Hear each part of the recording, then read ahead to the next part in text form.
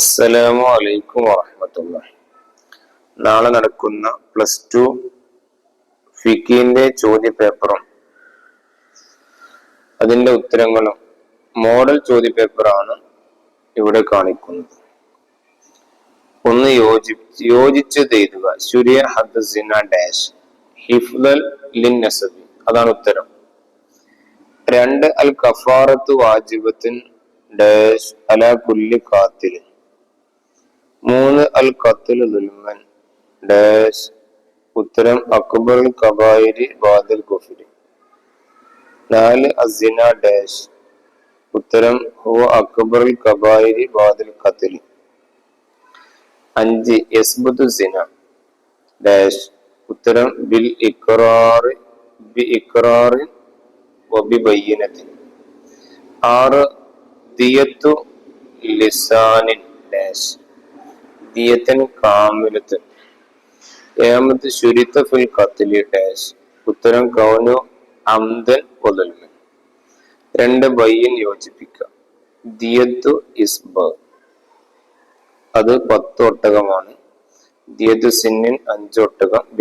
ബിന്തു ലബൂനിൻ 2 വയസ്സ് തികഞ്ഞ 3ലേക്ക് പ്രവേശിച്ചത്. ബിന്തു മഹാദ് 1 തികഞ്ഞ് 2ലേക്ക് കടന്നത്.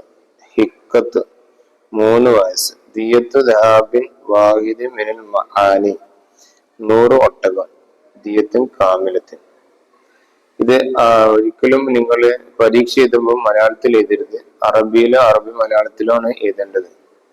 3 ഉക്തുബുൽ ഇസ്നൈനി 2 കാര്യങ്ങൾ എഴുതുക. അൽ ഫീലിൽ മുഖ്രിജു ലിറൂഹി സലാസത്ത്, ഇവിടെ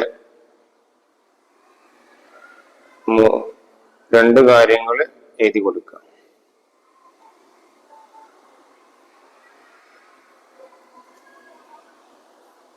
അടുത്ത ചോദ്യം അർക്കാൻ കിസാസ്, 2 കാര്യങ്ങൾ എഴുതുക.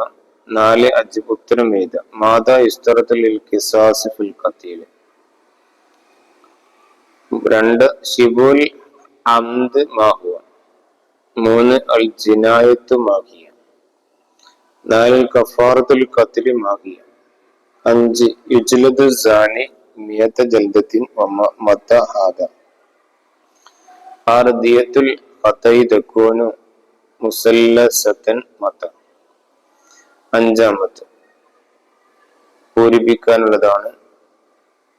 വിട്ടുപോയ ഭാഗം പൂരിപ്പിച്ച് എഴുതുക.